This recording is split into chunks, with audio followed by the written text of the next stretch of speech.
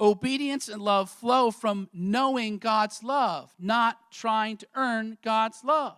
John says God's commandments are not burdensome. Now, for some people, that sounds unrealistic, doesn't it? Not burdensome. Have you tried to love your enemies? Have you tried to forgive people who hate you? See, the key is that obedience becomes burdensome only when we attempt to obey without assurance. Obedience is burdensome only when we attempt to obey without relationship. Only when we attempt to obey to get relationship. Then it's absolutely burdensome. If I have to prove myself to somebody else.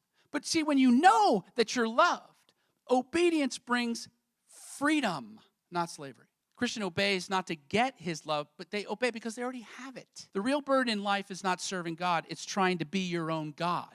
You want a burden? That's the burden. And if you and I experience that burden regularly, this heavy burden of these commandments that we must follow, maybe it's because we're more interested in religion than we are this relationship with Jesus. Maybe it's because we don't quite understand our standing before God. Maybe it's because we haven't realized what God has already done.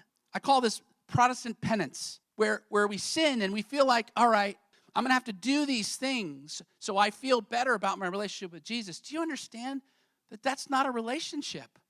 In fact, it's manipulative, isn't it? Because what you're really saying is, God doesn't really care about my heart. He cares about what I just did. And so now I got to clean up my act. I got to get my stuff together for him to enter into a relationship with me. God's commands are not burdensome when they come from a Father who has already welcomed you into his family.